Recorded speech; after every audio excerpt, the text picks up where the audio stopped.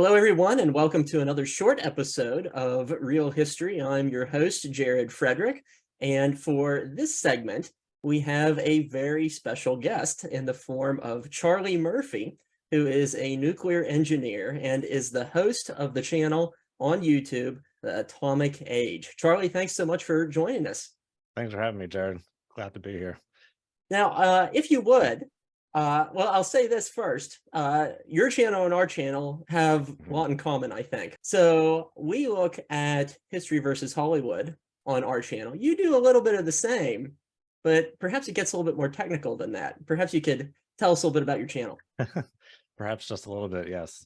So we are both lovers of cinema. It's perhaps my favorite art form. And I'm also a nuclear engineer, so I happen to like nuclear engineering as well. And there are a lot of movies out there that handle nuclear engineering in mostly comical ways. Some do it rather elegantly. So it is always fun to take a look at these things and see how they're portrayed, what they get right, what they get wrong. So that's what I focus on over on my channel, is how nuclear physics is represented in cinema. Some of the episodes that you have to check out on Charlie's channel is that you have to take a look at his analysis of Chernobyl. More recently, he's taken a look at the China Syndrome. And he also recently took a look at Top Gun as well. Yes. So all sorts of scientific cinematic interpretations that he takes a look at it on his channel. And for this episode, we really have the perfect mix of our two worlds. And that is a breakdown of Christopher Nolan's latest movie trailer for the film Oppenheimer. Charlie, what did you think of the teaser trailer that came out? Oh, the first one, I really enjoyed it a lot. It was very, very Nolan-esque, of course. Nolan has a very distinct look to his films. I had recently done the movie Fat Man and Little Boy, which is a 30-year-old, another rendition of the Manhattan Project. And it is very interesting to compare and contrast those two movie styles, at least from what we could see from that teaser trailer. The other one had much more of a perhaps warm and cozy feel, whereas Nolan has his bare, brutal kind of looking environments. So I'd be very curious to see how Nolan portrays it. He definitely seems to be focusing more on how Oppenheimer was very stressed. He's definitely stressed in Fat Man and Little Boy, but looks even more stressed in Oppenheimer. Yes, indeed. The first trailer looked very cryptic and foreboding, of course, which I think perfectly captures the essence of much of the project. And I'm also mostly fascinated, well, not mostly, but particularly fascinated by that they seem to be recreating that nuclear explosion practically. It was very, very good looking in that trailer, as good looking as something that terrifying can be. Indeed. Let's go ahead and take a look at the second trailer for Christopher Nolan's Oppenheimer.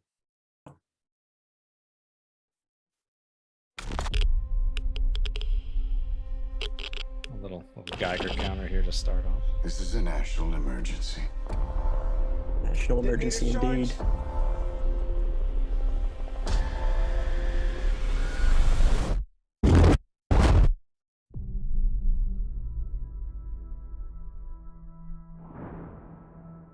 We're in a race against the Nazis. And I know what it means.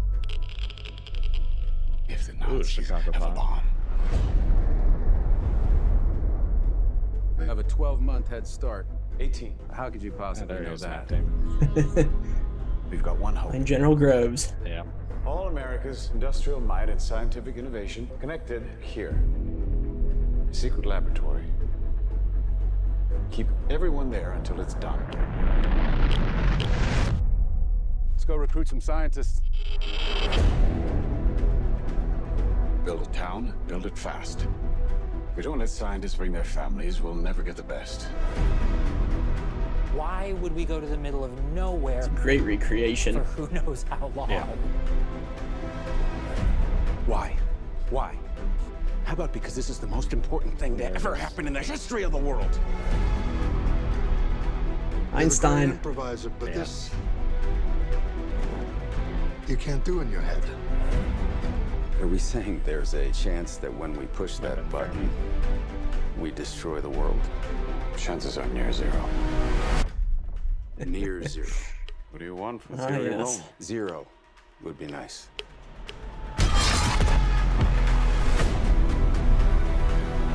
This is a matter of life and death.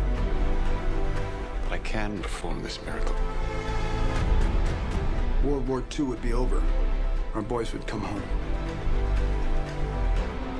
That's happening, isn't it? The world will remember this day. Our work here will ensure a peace mankind has never seen. Or be the destroyer of worlds. Until somebody builds a bigger one. You are the man who gave them the power to destroy themselves. And the world is not prepared. There's Robert Downey Jr. Yeah. 8, 7, 6, 5, 4, 3, Truman needs to know what's next. 2, What's next? 1. Woo! There you go. Okay. So there we have it, the second trailer. Charlie, from a technical and scientific standpoint, what looked correct? What perhaps looked incorrect? Did they take any liberties? What are your impressions from what we just saw? Ooh. So I definitely noticed some shots reused from the earlier trailer. They had the one shot of the fireball with the cone coming out of it. That is something I mentioned in my previous trailer reaction. And what that is the rope effect.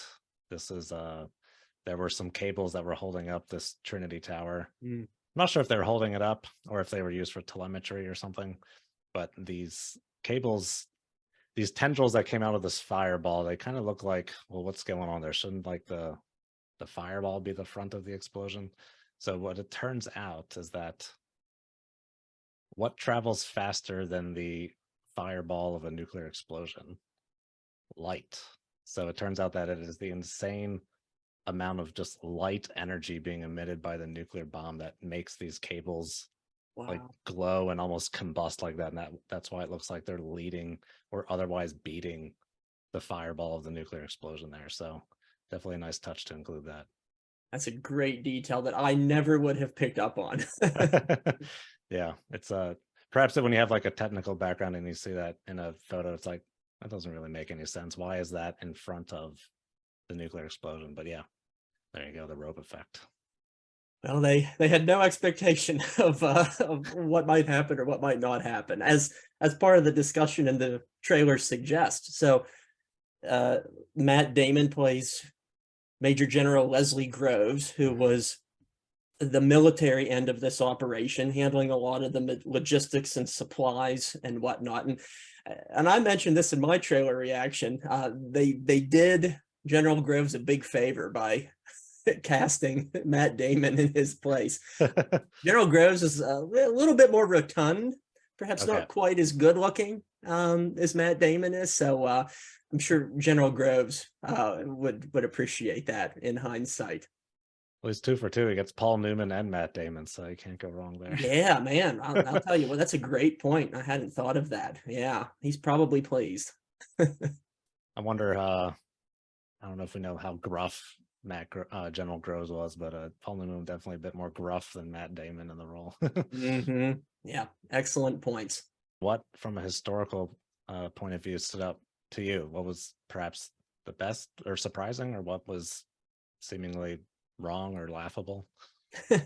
I can't speak on the scientific end as eloquently as you can, but just at first glance, I'd say that the movie does a really good job on the material culture. And we can look at the little things, even like the patch that is on General Groves, played by Matt Damon, his left arm, is the right patch. He's the right rank. The vehicles look correct. A really good job of showing the village in which all of the participants were living and working. So just from this initial perspective of the film, I'm quite pleased by it. Nolan's previous efforts in examining the Second World War with Dunkirk, likewise, I thought did a pretty good job on clothing, although the set dressing in that film was much to be desired. Really? He had a little bit of an easier time with this one, though, because it's easier to create a village out in the desert rather than a large metropolitan area, which is on fire and burning, as Dunkirk was. For sure. So perhaps a little bit easier. But as you mentioned, I'm really fascinated and eager to see how he recreated the Trinity blast with practical effects. I think that will be stunning to see on an IMAX screen. It's worth noting that I've actually been to Los Alamos before in my career. Of course, it's much more civilized these days, perhaps not wooden shacks in a mud slop pen or something like that. But yeah, it's Batman and Little Boy did not really capture what Los Alamos looks like. I mean, they got it pretty close, but Los Alamos has these Mesa Valley kind of things that surround all of it that are really rather striking. But it doesn't look like, from what we've seen so far, that this movie really captures how those are present in Los Alamos either, which is not the biggest deal breaker for sure, but just a interesting thing to note. Those tar paper shacks were the bane of people's existence who had the misfortune of living and working in them. I can't imagine. I'm working with a 99-year-old World War II veteran on his memoir right now, and he has nothing good to say. Shacks. Whether you were in the cold of Wyoming or, in this case, the deserts of the American Southwest, it pretty much did nothing except keep you dry if you were lucky. It didn't do much of anything else. So not even the top scientific minds were living a good life during World War II. Nope, they had to build it quick and build it now, and that's what they did. So, Charlie, what are some of your closing thoughts on this? What would you like to see portrayed most in the film? That is the age-old question, huh? I suppose some more technical stuff from perhaps like the I don't know if you've ever read the book The Making of the Atomic Bomb by Richard Rhodes, or ever come across that book, but that's a very technical book that really gets really down into the weeds on the physics. I'm not sure that the timetable of a movie supports all that level of detail, perhaps, but perhaps some more technical insights into the bomb. I'm not necessarily expecting that, though. I'm looking forward to seeing it because it seems to be a bit more expansive in how it portrays the Manhattan Project. Not to compare to Fat Man and Little Boy constantly, but that movie only focused on Los Alamos for the most part. In the trailer here, we had a shot of University of Chicago, the Chicago Pile 1, the world's first chain reaction. So it was very cool to see that. And we saw the stadium as well. So that was a nice little touch for sure. Yeah, so looking forward to just seeing what all they can depict on a big Nolan budget. All right, so Jared, what are you looking forward to most out of this movie then? Well, I suppose one thing that I would like it to consider, I don't know how thick in the weeds it will get into the scientific and engineering aspects of it. Though, if you watch Tenet, Nolan's last movie, that really got technical, but at times it was over my head in what I was watching. So who knows what the scientific aspect will be in this movie. What I suspect he will get into thematically is the moral gray area of creating the atomic bomb. And of course, this is a subject rife among historians and philosophers and journalists who question the pros and cons of the atomic bomb. When I look at it from a military standpoint, of course, it was the quickest and most feasible way to end World War II that would result in the least number of American casualties. And it's something important for people to be thinking about when we ponder the atomic bomb is that American military planners simply did not care about Japanese civilians and how many they killed. As far as Americans were concerned, the Japanese were an enemy race and they were all the same. That's something that's really important from a psychological perspective to be thinking about. And sure enough, my own grandfather would have been one of the men invading the Japanese mainland had the bombs not been implemented. At the same time, I've met a survivor of Hiroshima, and her name is Shikego Sasomori. And I met her a few years ago when she came to speak at my university. And she still bears the scars of this event that had happened over 70 years prior. And she was such a sweet person, and she just evoked this humanistic charm. And as you're sitting there listening to her, you're thinking, my goodness, she didn't deserve what happened to her. And so I think that's the sort of balance that we need to think about when we think about the atomic bombs. It's not a black or white issue. It's a gray area. And that's one thing that I hope Nolan will feature. Definitely. Yeah, that's something I think about all the time being a nuclear engineer, the philosophy of nuclear weapons. And yeah, as you mentioned, World War II, that was a no holds barred contest, as they say. It was anything went. Speaking of family members, my grandfather actually worked on the Manhattan Project. He was in Oak Ridge. Oh, wow. On, enriching uranium. Yep. Wow. To what extent was he able to talk about his experiences? He was able to talk about them freely, as I gather. Unfortunately, he passed away before I could really get a chance to talk to him about it too much. I can relate to that too. Yeah, by the time it was like not like my early to mid 20s by the time I was starting to care about these kinds of topics some more, or trying to talk to him about these things. But they were just doing 3 methods of trying to enrich uranium. There was gaseous diffusion, thermal diffusion, and cyclotron. I want to say he was at the gaseous diffusion plant, which I forget the name of at the moment. There was Y12, S25, and K50. And it all kind of gets lost in the gobbledygook sometimes, all these names and code names and everything. But never to say the least, it was definitely an inspiration on my career choice. It's always worthwhile to think about how our ancestors, how our family members fit into these broader narratives of history and scientific enterprise.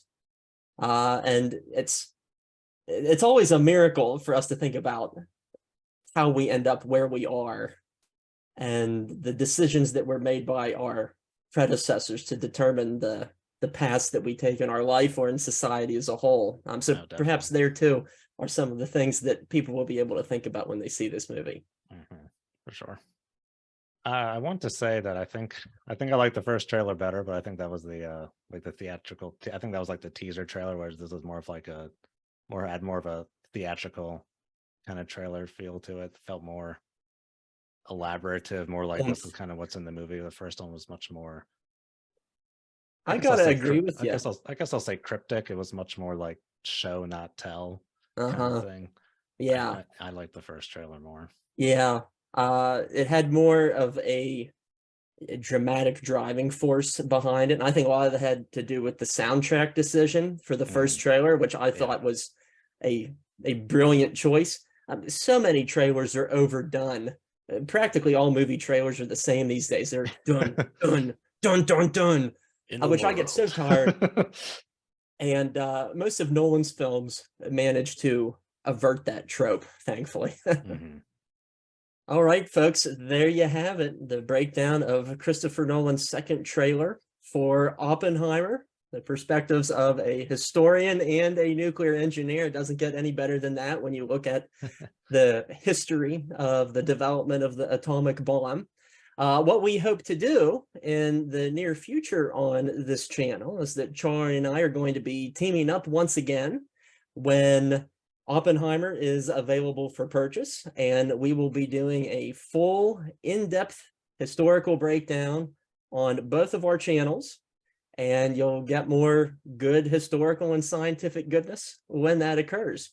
In the meantime, what you need to do is you need to head over to Charlie's channel, The Atomic Age, and see all the really great content that he is putting out there right now. I think, as both of us have found, movies and popular culture are a really good foundation to informing people about reality. And so we really enjoy what we do, and we thank you for tagging along on the journey. So Charlie, thanks again for visiting. Oh, thanks so much for having me, Jared. This is great. Looking forward to the movie. Can't wait for that day. Me too. All right, folks, we'll see you next time on Real History. See ya.